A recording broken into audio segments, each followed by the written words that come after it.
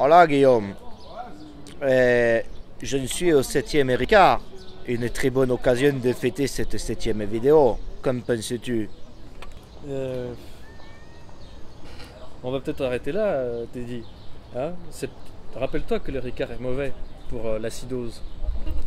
Oui, je le sais bien, mais j'aime bien fêter les bonnes choses. Surtout que Guillaume a eu la gentillesse de m'inviter à Reims afin de me faire découvrir la culture. Mais je t'avoue que c'est vrai que cela m'a donné faim. Je me ferais bien un petit McDo. Mais Teddy, tu sais bien que le McDo, c'est pas question. Oh mince, j'avais oublié que tu étais végétarien. Voudrais-tu m'en parler un peu plus? Oui.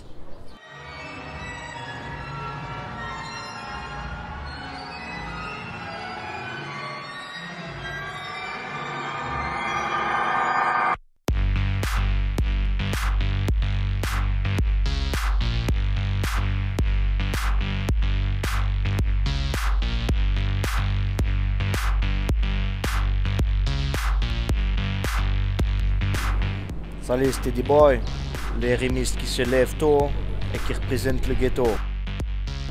Aujourd'hui, dédicace à une authentique chelou spécifique puisque en fait nous sommes à Reims, une ville qui a vu couronner ses rois mais également qui a vu naître Laurent, le king des kings s'il en est, puisque c'est un authentique chelou qui me tient à cœur et je lui dédicace ce message. Donc j'imagine que le public se demande qui est Guillaume. Donc en fait, prof de Jeet Kune Do, c'est ça? Aikido. Et donc c'est quelque chose qui est difficile pour le corps. C'est ça qui t'a apporté en fait ta capacité à avoir des plaques de chocolat et tout? Ça demande une certaine rigueur. Il y a des arts martiaux plus sévères encore à ce niveau-là. Apparemment, tu as pratiqué le végétarisme. Alors est-ce que c'est compatible avec l'activité sportive?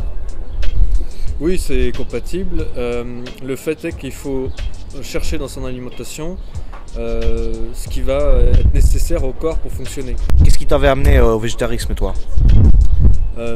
C'est deux choses, à la fois une recherche un peu intellectuelle, puisque j'ai été vers le bouddhisme, et donc dans la pratique du bouddhisme, le végétarisme est, comment dire, plus que conseillé.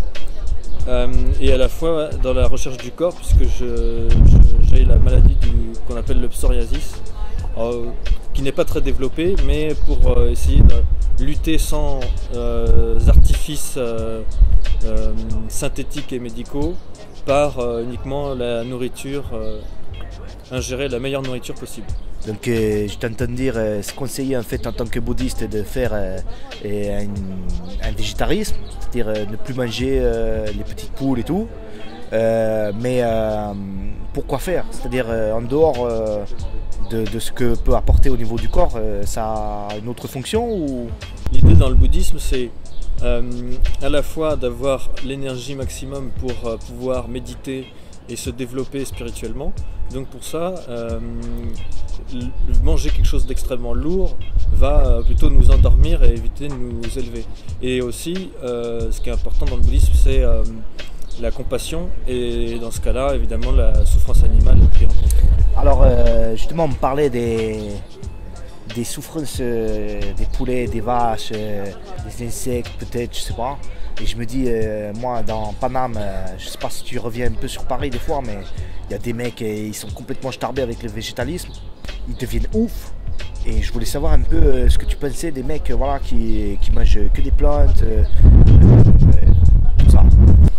Dans ce cas-là, c'est important vraiment de faire attention, de bien chercher ces sources de nutriments, hein, pour pouvoir avoir une énergie pour après travailler, pour faire du sport, etc.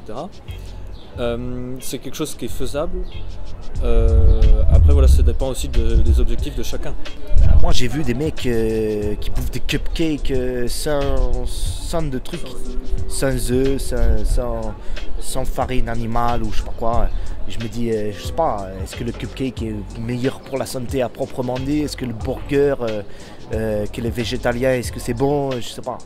Alors le problème, c'est que si on se contente de manger un cupcake végétalien, donc forcément on va avoir des carences. Quand on décide d'enlever quelque chose, il faut bien faire attention, par exemple pour les protéines, à aller en chercher ailleurs, donc dans les lentilles, dans les noix, dans les amandes, ce genre de choses.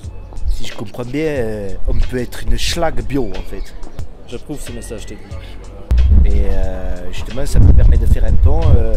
Est-ce que encore à l'heure actuelle, malgré la mode du végétarisme, on peut encore bouffer de la schneck?